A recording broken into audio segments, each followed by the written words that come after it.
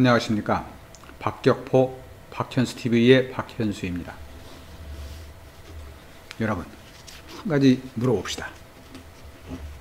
대한민국 사회에 보수와 진보가 나뉘어 있습니까? 좀 잘 모르겠습니다. 지금 상황을 보면 보수 진보 치열하게 싸우고 있는데, 보수를 대변하는 걸 보통 국민의힘, 과거에 자유당, 공화당, 민정당 이렇게 이어져 내려온 국민의힘을 지칭한다고 보여집니다. 진보를 대변한다고 하면 과거부터 시작하면 한국당부터 시작해서 민주당 뭐 어쩌고 저쩌고 해서 내려온 당이 있죠. 신민당, 민한당, 통일민주당, 열린우리당, 통합민주당, 또 더불어민주당으로 온 현재의 집권 세력을 진보라고 이야기합니다. 그게 이제 일반적으로 일반 국민들이 생각하고 있는 기준이죠. 근데 제가 보기엔 말이죠, 한국에는 진보가 없습니다. 다 보수예요. 왜 그러냐? 이겁니다. 한국 정치의 시작은, 정당 정치의 뿌리는 한민당입니다. 일제시대에 일본의 눈치를 보면서 적극적인 친일을 하기도 껄쩍지근하고, 그렇다고 항일 투쟁을 하기엔 내가 가진 재산들을 보존하기가 너무 힘들고, 이게 이리 갔다가 저리 갔다가 바람 흔들리는 갈대처럼 눈치 보던 소극적 친일 혹은 심정적 독립운동 찬성 쪽, 속으로는 찬성하는데 겉으로는 말은 못하고 겉으로는 천황폐하며 안사하면서 속으로는 아씨 아닌 것 같은데, 뭐 이런 사람들이 있었습니다. 지주들의 모임이죠. 이 지주들이 만든 게 한민당입니다. 여기에 한독당, 김구와 김규식 선생이 주를 이루었던 임시정부 세력이 일부 합세하고, 또 다른 한독당의 일부 세력은 자유당으로 갑니다.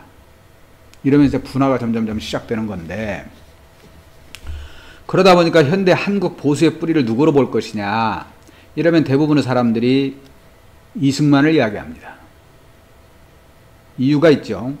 우선 독립운동가다. 미국에서 진짜 힘들게 독립운동을 했고 조국 광복을 위해서 겁나게 애썼다, 뭐 이런 표현이죠. 조국 광복을 위해서 애썼기 때문에 충분히 국부로서의 자격이 있다. 또 정부 수립에도 기여를 했고, 특히 대한민국의 초대 대통령이어서 현대 대한민국의 기초를 닦았다. 따라서 이승만이 현대 한국 보수의 뿌리 혹은 종조로 추앙받아도 되지 않겠느냐. 뭐 되지 않겠느냐가 아니라 지금은 아예 그렇게 기정사실화되고 있습니다. 저는 거기에 대해서 뭐 특별히 반대하거나 찬성하지는 않습니다. 다만 이승만이 대한민국의 국부로 혹은 보수의 뿌리로 인정받기에는 조금 함량이 좀 부족하지 않나, 이런 생각은 합니다. 1919년 3.1운동이 끝나고 21년인가요? 상해에서 임시정부가 만들어졌습니다. 임시정부가 만들어졌을 때 초대 대통령의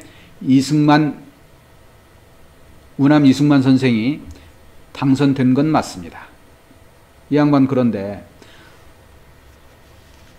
그 안에서 불화가 심했어요.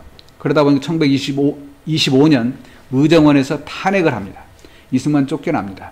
이 양반 하와이로 가서 하와이 국민회에 합쳐집니다. 거기서도 근데 얼마 못 가 또 싸웁니다. 또 갈라집니다. 미국 본토로 건너갑니다. 안창호 선생 세력하고 같이 독립운동을 하기로 했습니다. 또 주도권 다툼을 하다가 또 갈라집니다. 이렇게 이야기하면 어떨까 싶습니다. 지나칠지 모르겠지만 이승만이 가 있는 곳에는 반드시 갈등과 분열이 있었습니다. 독립운동을 했다고 하는데 말로 하는 독립운동 누군들 못합니까? 솔직히. 이 양반 지론이 뭐였습니까? 외교를 통해서 독립을 쟁취하자. 근데 여러분 가만히 생각해 보세요. 전 세계 어떤 나라든 조동아리만 갖고 독립한 나라는 하나도 없습니다. 아니, 어떤 강대국이 말 잘한다고 그래서 그 독립시켜주는 나라 있었습니까? 알제리? 프랑스하고 1960몇 년대 피해 투쟁을 벌여서 독립했습니다. 터키? 오스만 투르크가 1차 세계대전에서 개박살이 났죠. 강대국들이 터키를, 오스만 투르크를 아예 식민지로 만들려고 할 때 아타투르크 케말 파샤라는 걸출한 인물이 나타나서 저항군을 조직해서 강대국들을 다 쫓아냅니다. 그리고 이스탄불의 유럽 쪽 땅까지 차지를 합니다. 그리고 나서 독립을 선언했습니다. 이 사람 그래서 당연히 국부로 존중받습니다. 우리가 잘 아는 미국의 조지 워싱턴 그냥 앉아서 국부된 거 아닙니까? 아닙니다. 독립운동에서 수도 없이 많은 패배 위기와 지 목숨이 왔다 갔다 하는 위기를 겪어내면서 독립전쟁을 승리로 이끌었습니다. 그래서 1776년 독립이 되고 나서 초대 대통령이 된 겁니다. 이승만 선생의 독립운동이 기한 업적을 과소평가하면 안 됩니다만 그렇다고 과대평가해서도 안 된다는 게 제 생각입니다. 가장 큰 흠은 미군이 들어오고 나서 이승만이 들어옵니다. 국내에 들어와 보니까 자기를 지지하는 세력이 없습니다. 한민당은 지네도 살아야 되니까요. 어느 쪽으로 갈까? 이 상해 임시정부 세력인 한독당이 들어오면 김규식, 이시영 이 양반들을 모시고 뭘 해야 되지 않나 이런 생각을 하고 있어서 이승만이한테는 좀 뜨악했습니다. 처음에. 이승만은 들어와서 자기 세력을 빨리 구축해야 됩니다. 그런데 이미 독립운동 세력은 당신으로부터 떨어져 나갔어. 한민당은 지금 눈치 보고 있어. 뭘 만듭니까? 대한독립운동 촉성인가 뭐 중앙인가 이런 걸 만듭니다. 대한독립촉성 국민회 뭐 이걸 만들어서 총재를 하죠. 총재를 하면서 거기에 사람들을 끌어들이는데 누굴 끌어들였냐? 굉장히 불행하게도 친일파들을 끌어들였죠. 대표적인 사람이 일제하에서 독립운동가 때려잡던 노독수리 같은 인간들입니다. 오직하면 여러분 그 밀정인가 하는 영화 보셨습니까? 거기에 왜 의열단의 대장으로 김원봉이라는 걸출한 인물이 등장합니다. 이 양반이 만주에서 독립운동을 할 때도 일제한테 잡히지 않고 신출 기몰하게 빠져나갔던 사람입니다. 그런 사람이 독립된 대한민국 경성 서울이죠. 거기 와서 일제의 개라고 멸시하여 마지 않던 노독수리한테 붙잡혀서 경찰서에 끌려가서 귀시야대기로 넣어놨습니다. 3일인가 일주일인가 감금됐다 풀려나죠. 그리고 나서 이 양반이 대성통곡했다는 거 아닙니까? 36년 일제치하에서도 안 맞아보던 따귀를 독립된 내 나라에서 그것도 친일파 개한테 맞다니 이 양반 홧김에 그냥 북한으로 가버립니다. 뭐 홧김인지 뭐 이념 때문인지는 모르겠습니다만 아무튼 그 사건이 굉장히 큰 영향을 미친 건 틀림없습니다. 이런 사람들을 당신의 세력으로 끌어들입니다.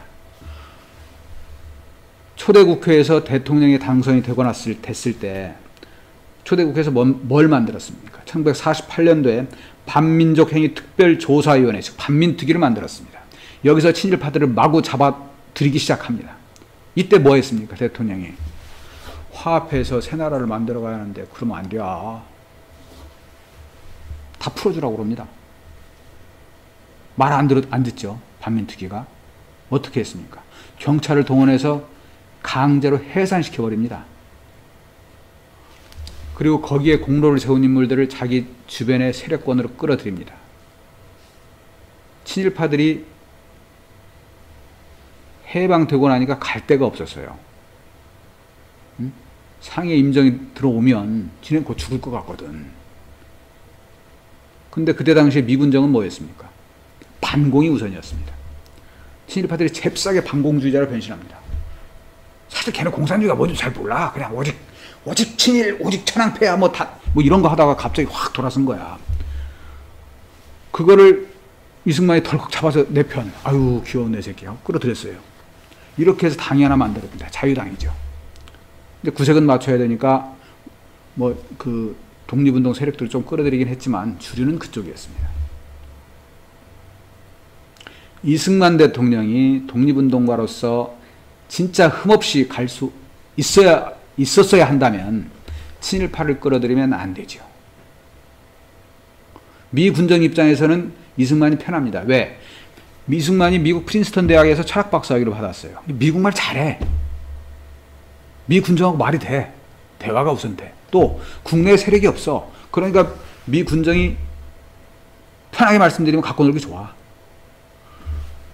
말 잘 통하지. 대화 상대하기 편하지. 더군다나 반공의 이념 같다고 자기가 본인이 주장하고 나오지. 오케이.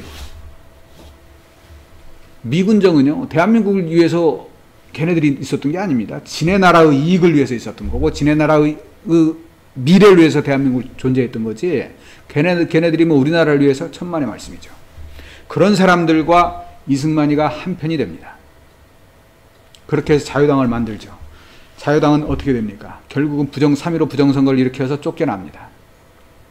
그리고 장면정부가 들어서고 박정희가 5.16 쿠데타를 일으켜서 신민주공화당을 만들죠. 자, 이렇게 온 겁니다.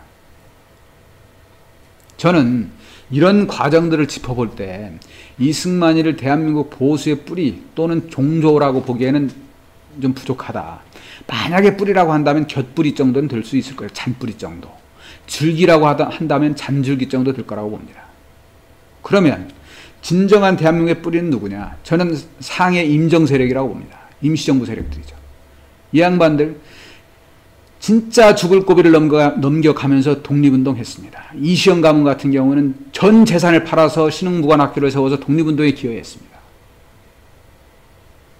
김구 선생 황해도에서 일제 순사 죽이고 도망 가서 상해까지 건너가서 맨 처음에 국장인가 뭐 무슨 국장, 나는 문지기가 되어도 좋다 하고 임정 들어가서 임정 하나로 합쳐서 독립운동을 이끌어 왔습니다.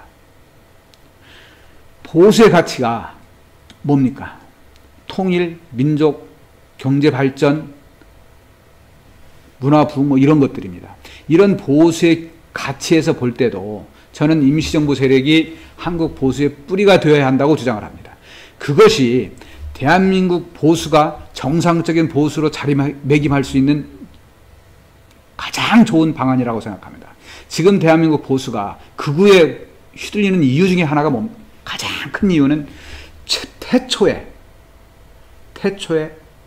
뿌리를 잘못 박아서입니다. 이제 그 뿌리 케어내서 제대로 박아야 될 때가 왔습니다.